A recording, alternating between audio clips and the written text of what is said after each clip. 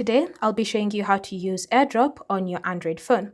Now, this feature is currently available for the Samsung Galaxy S26 Ultra, but hopefully by the time you're watching this video, you'll be able to use it with the Android 17.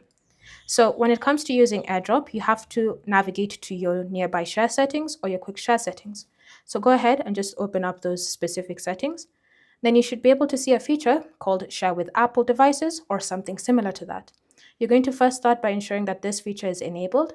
And then, if the person you're sharing with is not available in your contacts list, simply ensure that Share with You is set to everyone for 10 minutes.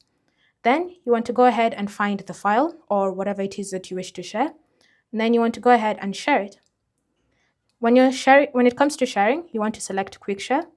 And then wait for the Apple device, whether it's a MacBook or an iPhone, to just appear in the list of available devices and select it. The person on the other end should be able to just tap on accept, and they should be able to receive the file. And once the file has been received, they'll be able to view it.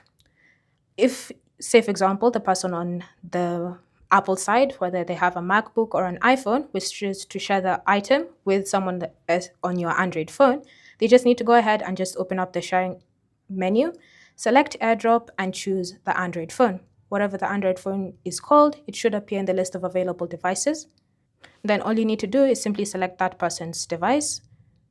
And then on your end, just tap on accept and receive the file. From here, you can go ahead and open it and see how it looks like on your Android phone. Thanks for watching. If you have questions or comments, leave them down below, and I'll see you in the next video.